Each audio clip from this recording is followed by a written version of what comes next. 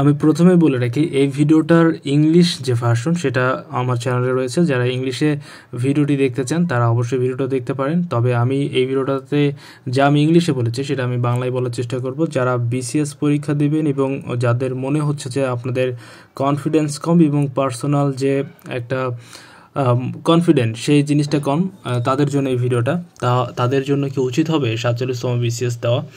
যেহেতু আমরা জানি যে সরকার এটা ঘোষণা দিয়েই ফেলেছে যে 32 বছর সর্বোচ্চ বয়স হবে এবং 4 বার সর্বোচ্চ একজন প্রার্থী বিসিএস পরীক্ষায় বসতে পারবে। তো যারা বিসিএস পরীক্ষায় 4 বার বসতে পারবে এবং 32 বছর বয়স, এটা জানার পরে মনে হচ্ছে যে প্রথমবার তারা বিসিএস দিতে যাচ্ছে, ফ্রেশার, তাদের জন্য বলছে যে আসলে আমার যে সাজেশন, যদি পড়াশুনো ঠিকভাবে না হয়ে থাকে বিগত সময়গুলোতে, যদি একাডেমিক প্রেশারের মধ্যে আপনি থাকেন, তাহলে অবশ্যই আমি যেটা আমার অবজারভেশন বলছে যে আপনি আপনার চান্স নষ্ট না করে আপনি ভালো করে প্রিপারেশন নিয়ে তারপর যে বিসিএস নামক যে জার্নি সেখানে আপনি আসুন।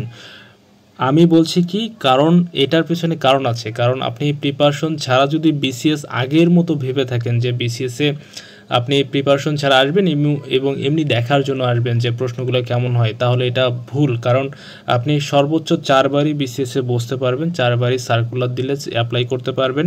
যদি অ্যাপ্লাই করে বসেন সেক্ষেত্রে কিন্তু আপনার এটা পাল্টানোর কোনো উপায় নেই। তো যারা ভাবছেন যে বিসিএস দেবেন এবং মনে করেন যে আপনার কনফিডেন্ট আছে এবং আপনি মনে করেন যে আপনি এবার বিসিএস দিলে টিকার মতো একটা পড়াশোনা আপনি করেছেন, সেক্ষেত্রে আমি বলবো যে আপনারা বিসিএসের দিন এবং 4 বার বিসিএস, এটা মাথায় রাখুন।